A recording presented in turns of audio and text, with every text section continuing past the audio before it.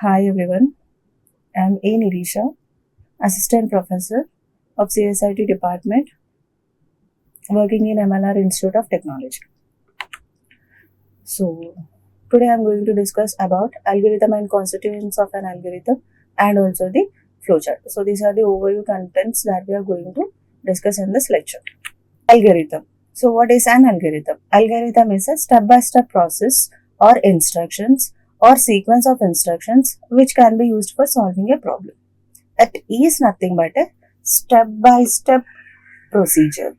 We are used for solving a problem. So here we came to know about the word a problem. So for that, what is mean by a problem we need to learn. So for that, a problem is something that causes difficulty or that is hard to deal with. Something that causes difficulty or that is hard to deal with. So problem solving is the act of defining a problem, determining the cause of the problem, identifying what the problem is, and prioritizing and selecting the alternatives for the solution and implementing a solution. So in simple words, problem is nothing but the cause. So in simple words, the problem is nothing but the difficulty that we are facing with. It might be a person, it might be a situation, or it might be a thing. So we need to solve that problem, the basic thing. So to that solving a problem, we have some steps. So the steps for problem solving are identifying the problem. We need to identify the problem first, what is the problem is, and then develop alternatives. And I believe that a problem will have many solutions and many alternatives. So in that you are choosing what are the alternatives, what are the solutions for that problem. And next one is selecting the best solution, selecting the best alternative. And the next we are implementing that alternative. And the next, did the solution will work with the solution is working or not. If it is yes, okay, we have solved the problem. So if it is not, again we are choosing from this alternative we are choosing the second best solutions. And we are implementing this process again. So these are the steps to solve a problem. For suppose we have a problem like traveling from one place to the other place. So consider we are traveling from Hyderabad to Pune. So how many steps we have, like how many alternatives we have? We have by bus. By bus we can go, and also by flight we can go, and also by train. So these are the three main options that we have to this problem. So for that we need to choose the best solution. So based on some constraints. So what are those constraints? Like constraints are like time and cost. We need to check these two constraints. So based on this time and cost, we need to pick the best alternative. So if you have enough time and if you are bothering about cost, then we can go by the train. So if you are in emergency, you are not bothering about the cost, then you can choose the option as flight. So these are some of the steps to solve a problem. First, the thing is we need to identify the problem, and the next develop the alternative solutions. Develop all the alternative solutions. The next from that select the best one, and the next implement it, and the next check whether we have picked the right choice or not. So we got a brief idea about what is a problem. Now coming to the definition of an algorithm. So algorithm is a step-by-step procedure or instructions or sequence of instructions which can be used for solving a problem. So it is nothing but we are following some few steps in a sequence order to solve that particular problem. An algorithm is also a set of instructions designed to perform specific task. Algorithm should be most effective among different ways to solve a problem. So these are some of the things that we need to keep in mind while writing an algorithm. And how to design an algorithm.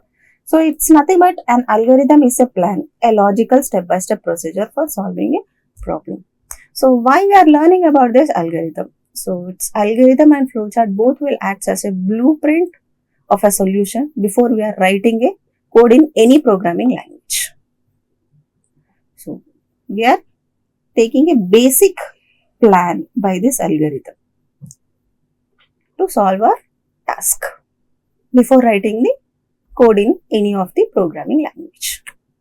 So these are some of the characteristics of an algorithm. So some of the characteristics are like well-defined inputs, well-defined outputs, finiteness, feasible, language independent, and the algorithm steps should be clear and unambiguous. So some of the characteristics. So here, coming to the well-defined inputs. So the algorithm should have at least 0 or more inputs. So for inputs, the algorithm should have 0 or more inputs. And coming to the output, at least one output should be there. So we need to remind some 3 points. So while solving a problem, what are the inputs we are giving to solve the problem, and what is the processing, and the next, what is the output we are getting from that particular task what we have done. So for that, the inputs are, we can give 0 or more inputs. So go with the addition of 2 numbers. So if you give the 2 numbers, then only we can add the 2 numbers. So for suppose the 2 numbers are like some 10 and 20. Consider. So one number is 10 and the other number is 20. So here how many inputs we have? 2 numbers we have. And if we add this, we'll get one output, that is 30. 30 is our output after writing the logic. So what about the 0 or more inputs here? So it's nothing but when you are, I think all are using your mobile phones and you have set a password for that. So at that time, if you don't enter any of the password while opening your phone and you click on the OK button, so it will give incorrect password. So it is nothing but we are not giving any input to that task, particular task, but we are getting one output. Like we don't have any kind of, it is an incorrect password. So in that case, we are using 0 or more inputs. And the next one is finiteness.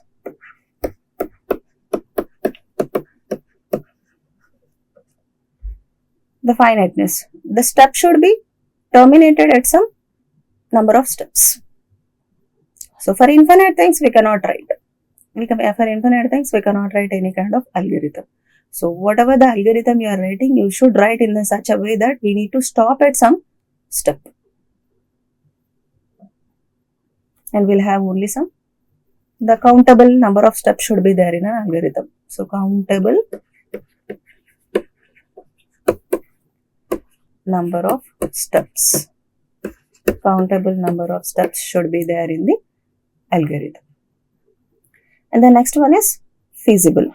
The next one is feasible. So here, coming to this feasible, the result should be in an accurate way in such that we need to solve it by using a pen and paper. So by using a pen and paper, we need to solve those things. And the next one is a language independent.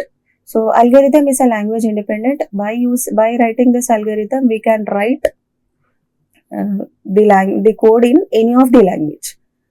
By seeing this algorithm, we can write the code in C language, and also we can write in the Java and also the other languages like Python. So in any languages, we can write this algorithm. And the next one is clear and unambiguous. The step should be very clear and we should not have any doubt. The step should be very clear and we should not have any doubts while writing the steps. So these are some of the characteristics of an algorithm. So you can find the definitions here, like clear and unambiguous. The algorithm should be very clear and unambiguous. Each of its steps or phases and their inputs and outputs should be very clear and must lead to only one meaning. And the next, input. An algorithm should have 0 or more well-defined inputs and output. An algorithm should have 1 or more well-defined outputs and that should be matched with the desired output. And finiteness. Algorithm must terminate after a finite number of steps.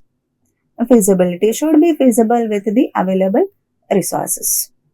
We need to solve that problem by using the available resources.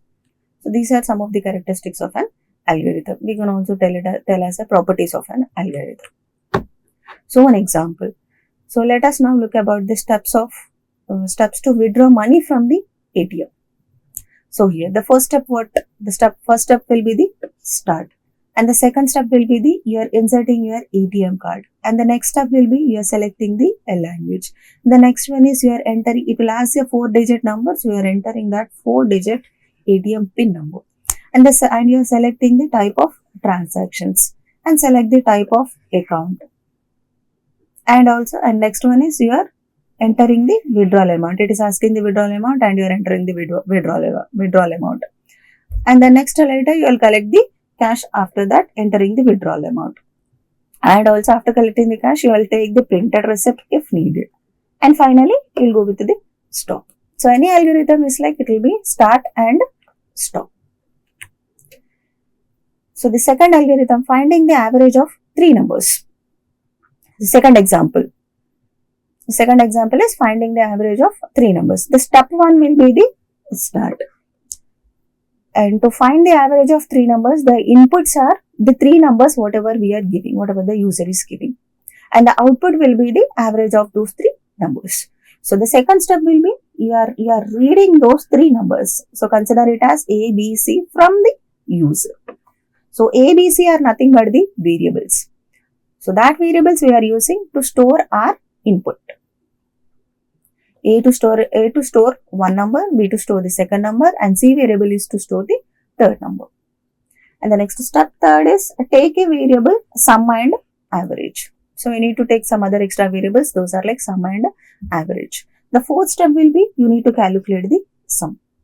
So after calculating the sum, we can find the average. So for that reason, we are calculating the sum. And the next fifth step will be the average is equals to sum by 3. We are calculating it, the average of those 3 numbers. And the sixth step will be you are displaying that sum and average value. Whatever the values, whatever the calculations you are doing, A plus B plus C, that will be assigned to the sum variable here. And the next, sum by A, sum by 3, whatever the value we have got, so that we are assigning to the average variable. So finally, in the sixth step, we are displaying the sum and average values, whatever we have in the sum and average values. The seventh step will be the stop.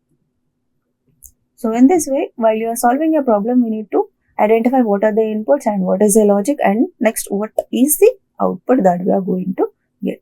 And the mandatory steps are start and stop. The next one is a flowchart.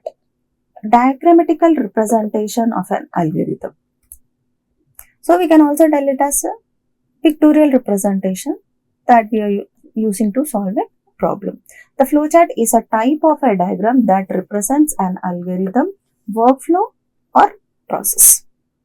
So in the algorithm, by using some steps, we are solving the problem. Coming to the flowchart, by using some symbols, we are solving the problem. So how it is working, how the process is going on, that we are checking by using this flowchart. So some of the symbols that we have in the flowchart are oval shape, is used for start and stop. See the beginning and end point in the sequences. And the next one is rectangular box, that is used for processing. Some of the calculations, whatever the calculations we have, that we are doing inside the rectangular box. Say an instruction or a command. The next is rhombus. This is used for decision making. So while you are selecting some things, you are going for some selections. So at that time, you are using this rhombus. A decision, either yes or no. And the next is parallelogram. Parallelogram is used for input and output. Whatever the input values you are giving, the user is giving, that was read by using input parallelogram and also displayed by using an output parallelogram. The next one is circle. Circle is used as a connector. I jump from point in the sequence to the another. And next one is the arrows. It shows the flow of direction. So these are used to connect the symbols. The arrow shows the direction of flow of instructions. So it's nothing but after one symbol, what will be the next one. So that connection is done by using this arrows. So this is an example for average of finding 3 numbers that we have taken previously for an algorithm. So you can check here. This ovals we are used for writing. The oval symbols are used for writing start and stop. We are also calling it as begin and end. And this is one extra symbol that we are using for declaration. So what are the variables that are required to solve this problem? So that variables we are declaring initially in this declaration box. So these A, B, C, sum and average are nothing but the variables. So variables are used to store the values. Whatever the user is giving, so that values are used to store in the variables, and whatever the calculations that we are doing, so that values also we can store in that variables. So the thing is, we need to declare initially those variables before using it. And in the next step, we are asking to enter 3 numbers to find the average. And the next, by using these 3 input parallelograms, we are reading the values, A, B, C values, we are reading it. Only one input parallelogram can read a single value. And the next, after we have got the 3 values, we are finding the sum of that 3 values. So as we know, sum is A plus B plus C. And the next one is this rectangular boxes are used for calculations, as we previously said.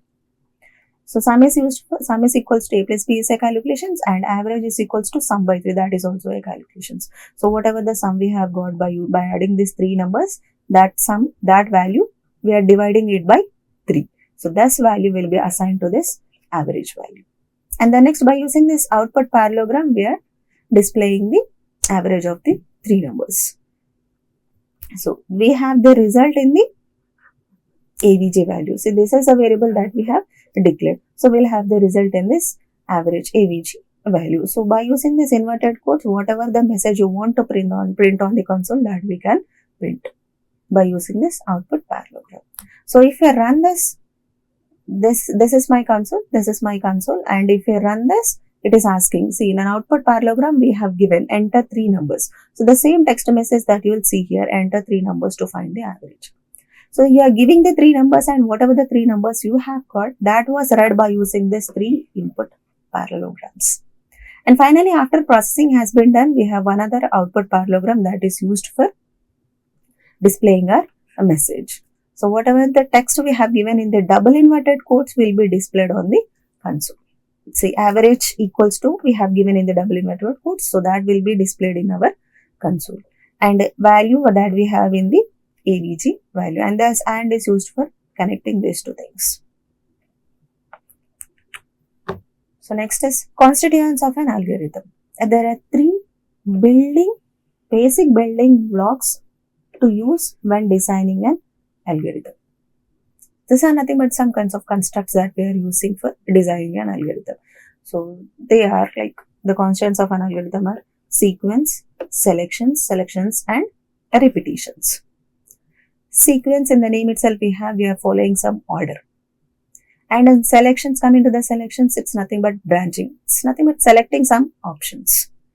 And in the repetitions, we have some set of instructions to be repeated until we finish our task. So at that time, we are using this repetitions. We are also calling it as iterations and also the loops. So coming to the sequence. So the sequence is exemplified by sequence of statements placed one after the other.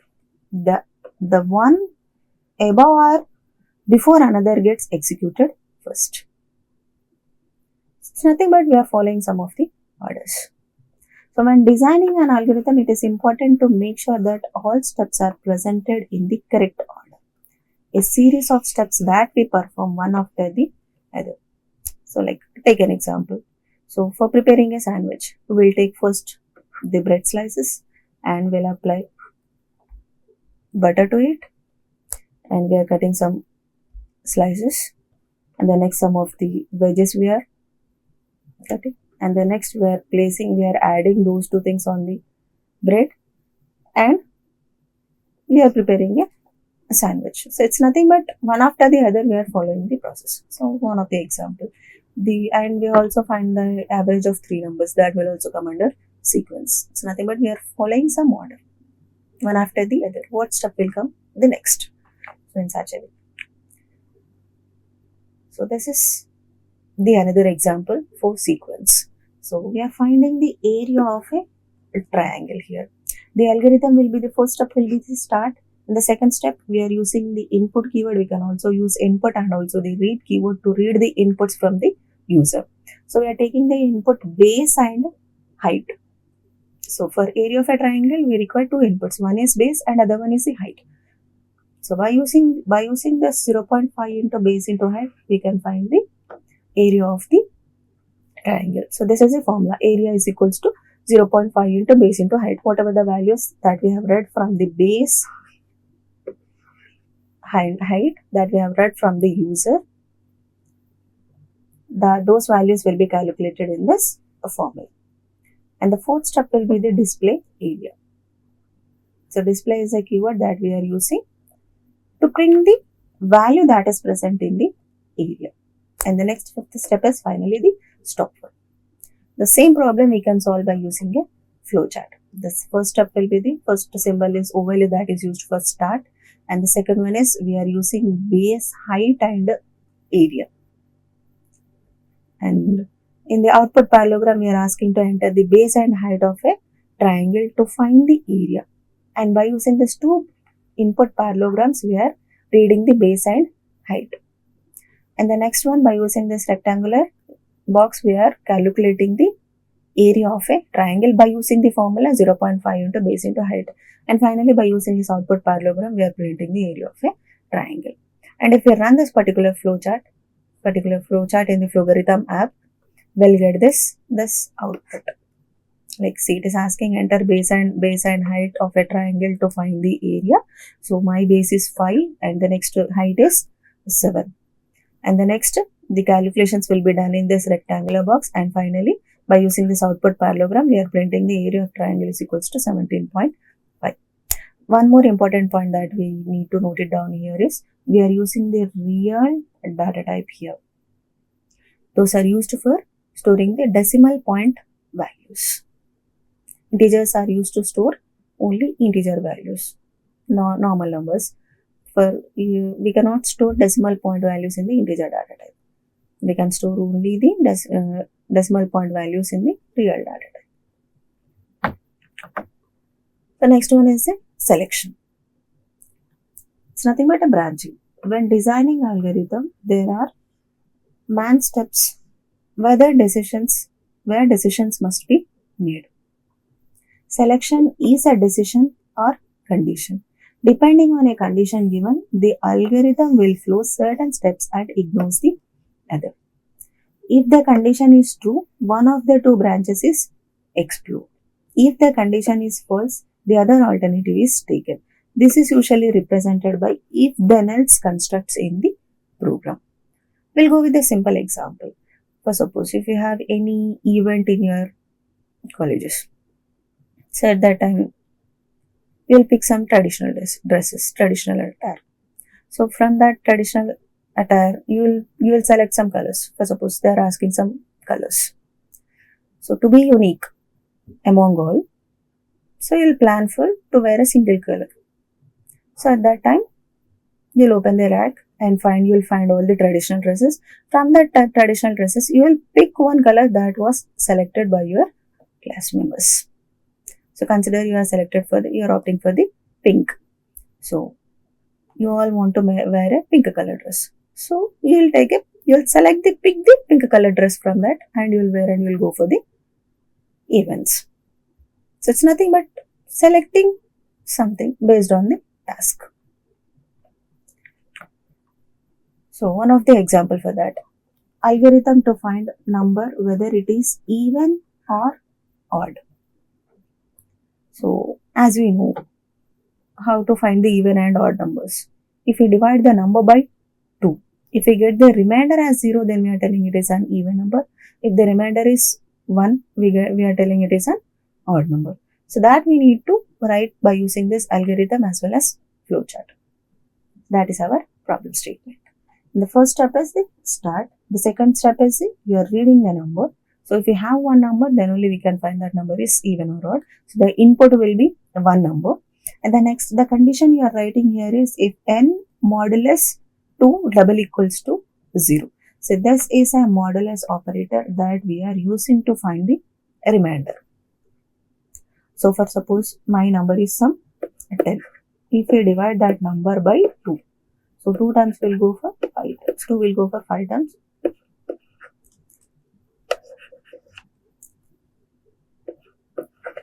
5 to 10, and here we'll get the remainder as 0. If we divide this, my number is n is 10. If we divide this 10 by 2, we'll get the result as 0. So the modulus operator is used to get the result as remainder. So that remainder, that whatever the value that we have got by using this expression, that we are comparing with the 0. So double equals to is an operator that is called as equality operator that we are using to check whether the both LHS and RHS values are equal or not. So the n by 2 we have got the value as 0, and the expression, see, n by 2, n modulus 2 double equals to 0. So n modulus 2 we got the answer, the remainder that we got by after dividing 10 by 2 as 0. So 0 double equals to 0. Yes, 0 is equals to 0. So the condition is true. So if the condition is true, we are telling it is an even number. If this condition is false, then we are telling it is an odd number.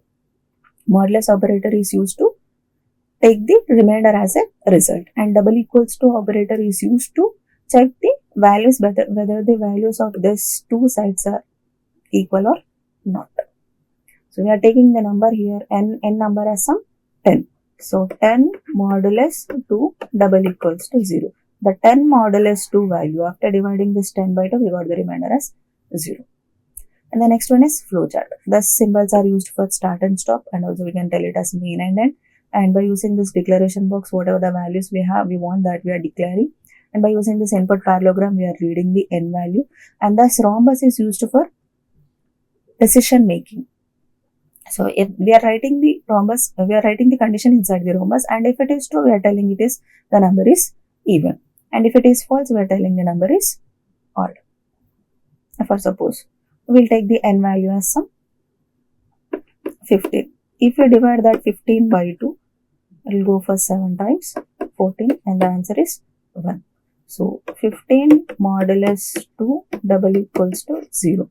So the remainder, that answer we have got, the remainder we have got is 1. So 1 double equals to 0. The condition is wrong here. So if the condition is wrong, we are coming in the false direction and we are telling the number is odd. So if you run, this is the test case for even number and this is the test case for the odd number.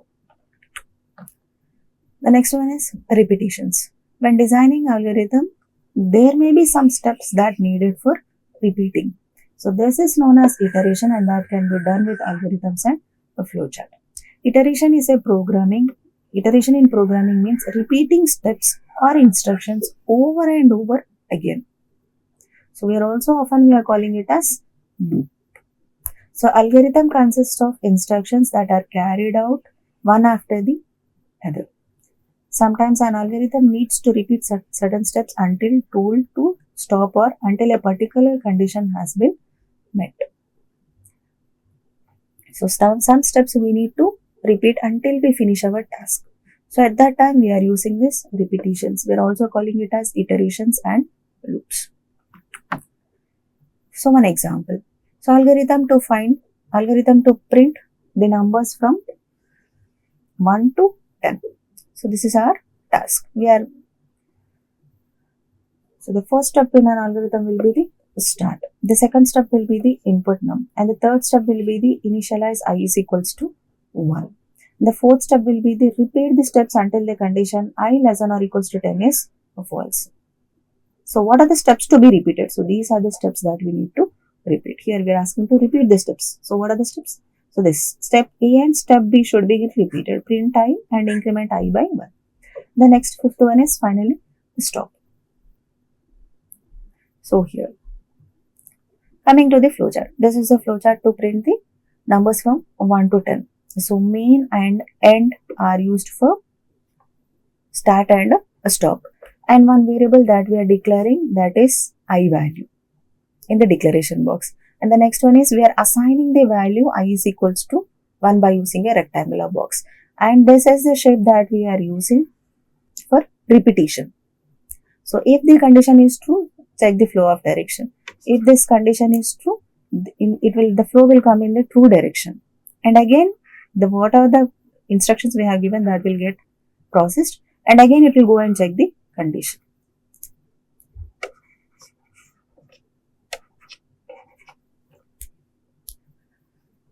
So we are taking I is equals to 1, and the condition we have written here as, in the first iteration, the condition we have written here as I less than or equals to 10. I value is 1. So 1 less than or equals to 10? Yes, true. So if it is true, it will go in the true direction. And here we have, by using this output parallelogram, we are printing the I value. So I value is 1. So that I1 will get printed. And then next we are incrementing this I is equals to I plus 1. So I is equals to, previously I we have as 1. So 1 plus 1 will be 2. And again it will go and check the condition. So I less than or equals to 10. So in the second iterations, so 2 less than or equals to 10. I is now 2. So the condition we have written here as I less than or equals to 10. I is 2. 2 less than or equals to 10. Yes, the condition is true. So if it is true, again it will come in the true direction, and we are asking to print the output I. The I value is 2. So the 2 will get printed. And I is equals to I plus 1. So I is equals to 2 plus 1. That will be 3. The next, in the third iteration, 3 less than or equals to 10. Again it will go and check the condition. So I less than or equals to 10. 3 less than or equals to 10. Condition is true. So if condition is true, we are printing the output. So the output value, what we are printing here, I value. I is here 3. So 3 value we are printing here. And the next one is I is equals to 3 plus 1, that is 4. So this process will get repeated for until we get I is equals to 10. And the numbers will also get printed till 10. After that, I will be incremented. So I will be equals to 11. So 11 less than or equals to 10. The condition is false. 11 is not less than 10. 11 is also not equals to 10. So the condition is false, and we are coming out of the loop and after completion of this repetition, we are coming to this false direction if the condition is false, and finally we have stop. And this is the output that we are getting when we run this flowchart. So why we are taking I is equals to 1? Because we want the numbers from 1 to 10. We are already writing in the condition, we are writing 10. We also want 1. So for that, we are taking one variable, and for that we are initializing I is equals to 1. And coming to the summary, we have discussed algorithm and its characteristics, and also the constituents of an algorithm. In constituents, we have sequence, selections and repetitions, and also we have done with this some flowcharts along with some examples. Thank you.